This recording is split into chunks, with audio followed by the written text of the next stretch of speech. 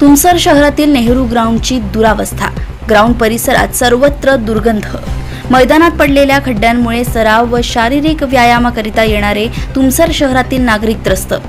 स्थानीय पुढारी व प्रशासनाचे मात्र दुर्लक्ष। तुमसर शहर येथे एकमेव खेळाडूंकरिता सराव व शारीरिक व्यायामाकरिता असलेला एकमात्र मैदान म्हणजे नेहरू गार्डन आहे।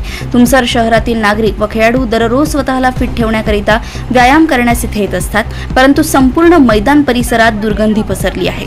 जागोजागी खड्डे पडलेले आहेत। सर्वसामान्य नागरिकांना, तरुणांना मैदानी सरावाकरिता त्रास सहन करावा लागतोय। मुलं ग्राउंडवर धावत असताना त्यांच्या पायाला दुखापत होत असून अनेकदा अपघात सुद्धा होतो। सध्या तुमसर शहरातील नागरिकांकडून मैदानाची सौंदर्यीकरण करून सराव व व्यायाम करणाऱ्या विद्यार्थ्यांकरिता सुंदर ट्रॅक व स्वच्छ वातावरणात सामान्य नागरिक श्वास घेऊ शकणार अशी व्यवस्था करण्याची मागणी तुमसर शहरातील नागरिकांकडून करण्यात येत आहे।